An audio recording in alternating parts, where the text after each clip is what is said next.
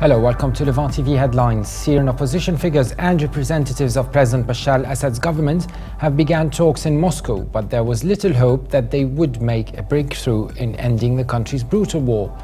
Jordan has agreed to free Iraqi female jihadist Sajida al-Rishawi from prison in exchange for Jordanian pilot al-Kassasbeh, held hostage by the Islamic State group. Hezbollah has claimed responsibility for an attack against a military convoy in an Israeli-occupied border area. Dozens of protesters have tried to storm the Gaza headquarters of the United Nations after the UN announced it lacked funds to rebuild the war-battered Palestinian territory. And Bahraini opposition chief Sheikh Ali Salman, in custody for allegedly trying to overthrow the kingdom's regime, has rejected the charges as its trial opened earlier today. And now let's have a look at top Middle East headlines. Starting with the Egypt Independent, which leads reporting that President Abdel al-Sisi stressed strong relations between Egypt and Arab countries, pointing out that Egypt has not shown disrespect to Qatar at the official level at all. The paper also reports that Interior Minister Mohammed Ibrahim has stressed necessity to confront all forms of violations of the law and praised policemen's morale and insistence to face challenges the country has been through.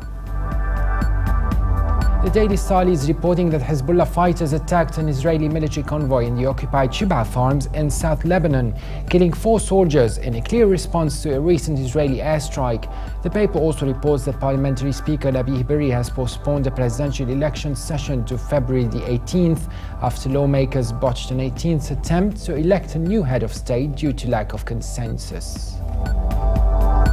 From the UAE, the Khalij Times leads reporting that gunmen stormed a hotel in Tripoli, popular with diplomats and officials, in an attack claimed by the Daesh militant group, killing at least 9 people, including 5 foreigners, before blowing themselves up. The paper also reports that airlines in the UAE, Turkey, Lebanon and Bahrain suspended flights to Baghdad after a Fly Dubai flight was hit by gunfire near the airport during landing. And now papers here in London. The Independent leads Middle East news reporting that Israel's leading human rights organization has alleged that Prime Minister Benjamin Netanyahu's cabinet persisted in an unlawful policy of bombing residential buildings in Gaza in last summer's war. The accusation by Beit Salim came days after the International Criminal Court announced it was opening a preliminary investigation into possible war crimes in the Gaza Strip and the West Bank. The Telegraph leads Middle East news reporting that Jordan has agreed to a prisoner exchange with ISIS militants who are holding one of the country's pilots and a Japanese journalist hostage, after the group gave Jordan and Japan 24 hours to agree to free Sajida al-Rishawi. Officials in Jordan told state television that the country would release Rishawi within hours in exchange for pilot al-Kassebeh.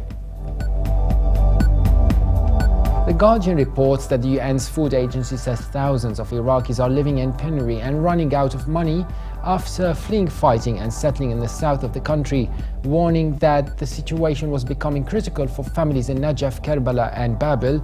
Jane Pierce, the World Food Programme's country director for Iraq, said structures had not yet been put in place to cater for the people fleeing into the 3 southern provinces. And now Middle East headlines in international papers. From Beijing, the Global Times reports that the Syrian army killed as many as 66 rebels in several Syrian areas. The recent flare in battles come at a time when representatives of the Syrian government and political opposition figures are set to meet today in Moscow to lay the foundations of a Syrian dialogue to solve the long-running conflict in the war-torn country. And finally, from Berlin, the Germany's Deutsche Welle leads reporting that the Shiite militia in Yemen have freed Chief of Staff of ousted President Hadi Ahmed Awad bin Mubarak after holding him captive. The commander of the Houthi rebels in Yemen, Abdel-Malek al-Houthi, urged all factions to work together to solve the political deadlock less than an hour after Ahmed Awad bin Mubarak had been released. That was it for today. For more updates, please visit Levant.tv. Thanks for watching and bye for now.